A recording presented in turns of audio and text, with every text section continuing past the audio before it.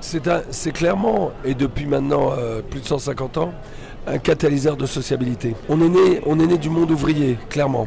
Les cafés, eux, sont nés du monde philosophique.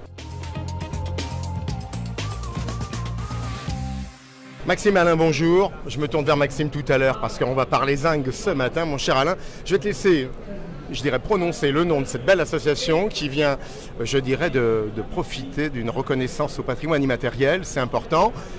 Tu avais presque le titre « Association pour la reconnaissance en tant qu'art de vivre des bistrots et des cafés en France au patrimoine immatériel français ». Bon, et ça c'est dit. La fiche d'inventaire, parce que c'est une fiche d'inventaire qui est classée, la fiche d'inventaire, c'est pratiques sociales et culturelles dans les bistrots et les cafés en France. C'est cette pratique, c'est cette joie de vivre, cette façon d'échanger que l'on a classée au patrimoine immatériel. Alors, je vais revenir sur cette joie de vivre, bien évidemment, cet art avec un A majuscule. J'allais dire, mais avant, on entend ici et là que bistrot viendrait finalement de nos amis russes, mais fantaisie, ça, bistrot, non, c'est... C'est une très belle légende qu'on va garder sur la butte Montmartre, mais ce n'est qu'une légende. Effectivement, les Cosaques, le nom pour dire vite en russe, c'est bistrot. Et la légende dit qu'ils auraient appelé les cantinières réquisitionnées de l'armée française de la première défaite napoléonienne. C'est ce qu'on peut entendre ici et là. Et en appelant bistrot. Et un restaurant célèbre de la place du Tertre a effectivement mis une plaque en marbre. Très très joli, hein, très magnifique. Mais la vérité, elle n'est pas là. Ça vient du centre de la France. Et bistrot vient du nom bistrouillet. Bistrouillet, manger et boire de peu de choses. Sur un coin de table, voilà. Ça vient de là. Alors j'allais dire un peu des deux finalement, parce que tant il y a d'histoires qu'on entend, qu'on se raconte, s'il y a bien un langage, j'allais dire qu'on aime bien à la française, ça pourrait être un verbe bistrot, hein, parce qu'on y va toujours avec plaisir. Jeune, on accompagne son grand-père, on peut y aller en famille, enfin je veux dire, ou ses parents, on vient jouer aujourd'hui. Le bistrot a été finalement une singularité sociale au courant de toutes ces décennies et des siècles passés, je trouve. C'est clairement, et depuis maintenant plus de 150 ans, un catalyseur de sociabilité. On est né du monde ouvrier, clairement. Les cafés, eux, sont nés du monde philosophique. C'est monsieur Procopio, Café Procope, et d'autres cafés philosophiques dans toute la France, fin du XVIIIe siècle. Ils ont donné lieu à beaucoup de discussions, mais aussi à quelque chose d'extraordinaire, c'est que les femmes n'avaient pas le droit de rentrer pour discuter philosophie ou politique.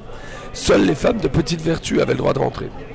Mais les propriétaires de ces cafés ont bien vu que les femmes de ces philosophes et autres attendaient dehors.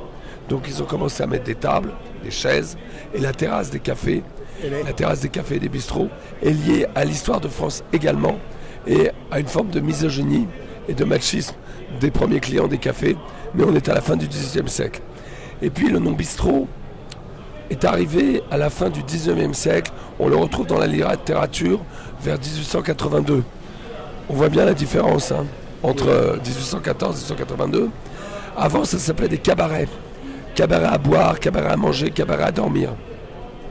Le mot cabaret est resté pour les cabarets où on s'amuse avec des grands noms de Paris et d'autres. On connaît bien, ouais.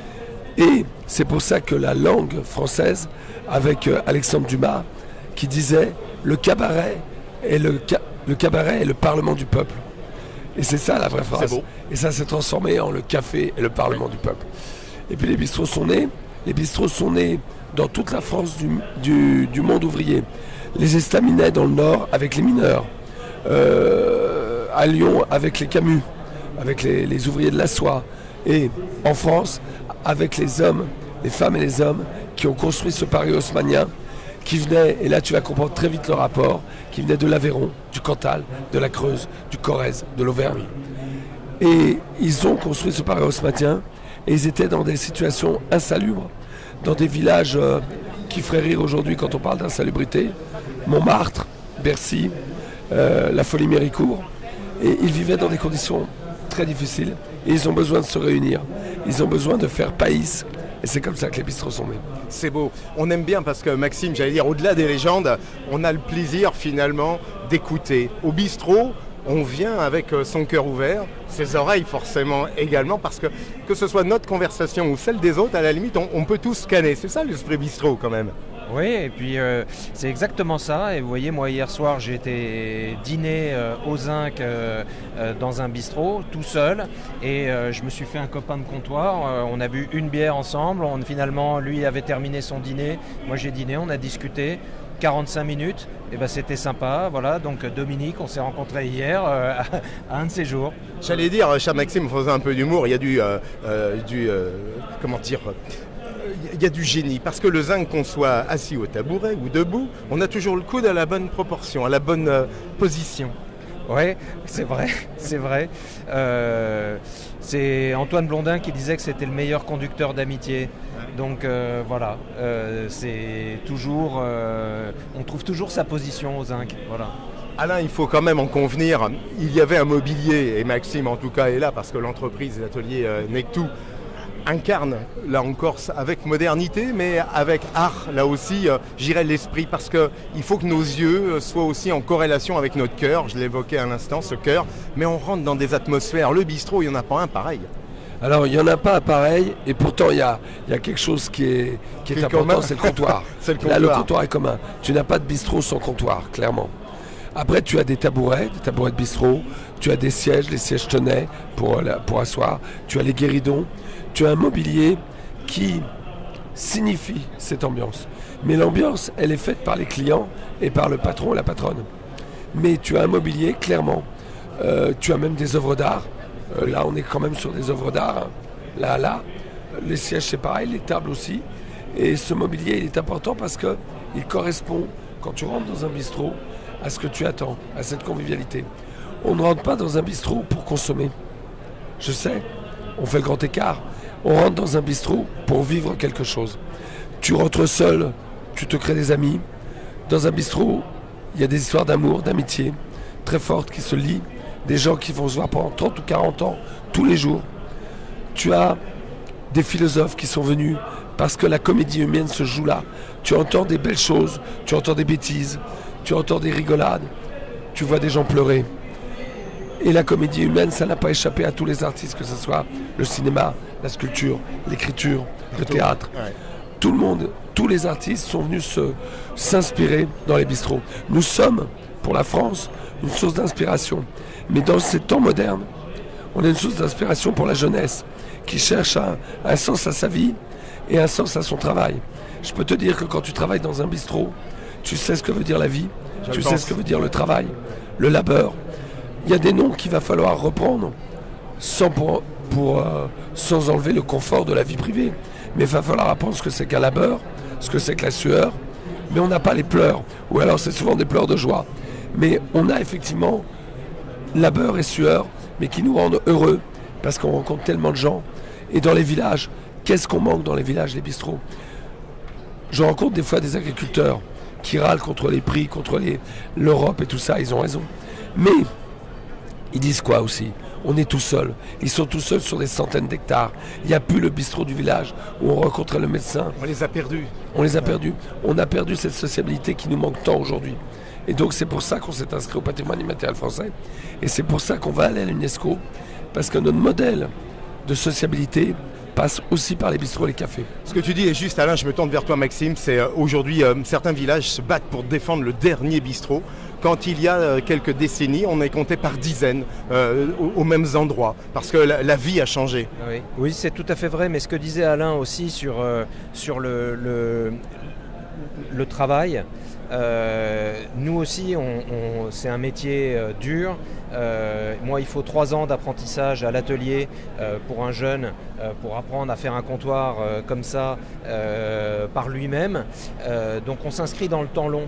Et que ce soit les bistrotiers, les restaurateurs, les patrons de bistrot ou nous, en fait, on offre des perspectives d'emploi à des jeunes. Moi, j'ai une moyenne d'âge à l'atelier de 29 ans et on est une entreprise jeune de 95 ans.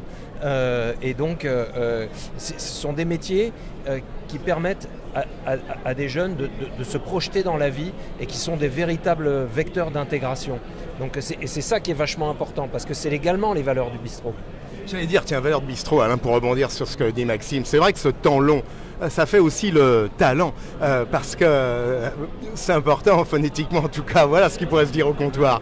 Mais c'est vrai que ce talent, on en a besoin, on va ouvrir parce qu'on va aller picorer ici et là, je dirais cette science de la vie, cette science citoyenne, parce que finalement s'il y a bien un théâtre, c'est celui des bistrots.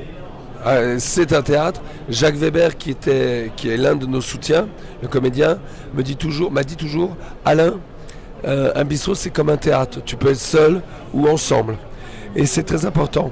Le talent, ce talent-là, malheureusement ne s'apprend pas encore. Je dis bien encore parce qu'on va tout faire pour. Ça ne s'apprend pas dans les écoles hôtelières. C'est l'empathie, c'est le goût des autres, c'est l'accueil sincère. La façon d'être, de se bouger, cette posture qui fait que tu es le patron ou la patronne de ton bistrot et qu'on va te respecter, mais cette posture qui fait que tu es prête à écouter les autres. Pierre Josse, rédacteur en chef du Routard et qui fait partie du comité scientifique de notre démarche, me disait toujours, Alain, on est des concurrents des psychologues et des psychiatres. Quand tu rentres dans un bistrot, dans un café, quelque part, ça te soigne de ta solitude, ça te soigne des fractures que tu as pu connaître, ça te soigne des séparations, ça te soigne de tellement de choses, et ça te fait reprendre goût à la vie.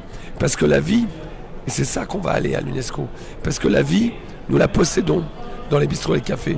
Je ne dis pas qu'elle n'est pas dans les restaurants, je ne dis pas qu'elle est dans la brasserie, mais nous, c'est l'informalisme total, c'est la liberté totale, c'est l'égalité totale, et c'est la fraternité.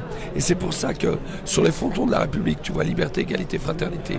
Mais si tu veux la vivre, c'est dans les bistrots que tu la vis. Exactement. Je voulais te dire, tu portes finalement l'insigne des maîtres restaurateurs. On en parlait. Tu es finalement avec ce langage du goût. C'est vrai que finalement, dans nos bistrots, il y a quelque chose qui est universel, qu'on ne trouvera jamais autre part, c'est le rire. On entend rire.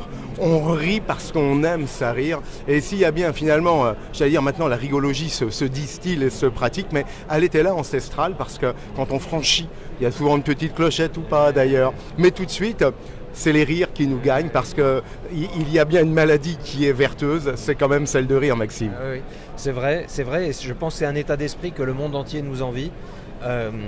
On a la chance d'exporter des comptoirs un peu partout dans le monde et tous les gens nous disent on veut the French thing, quoi. On veut le truc français. French touch. La French touch, voilà. C'est pas que des chanteurs et des DJ, c'est aussi des zingues.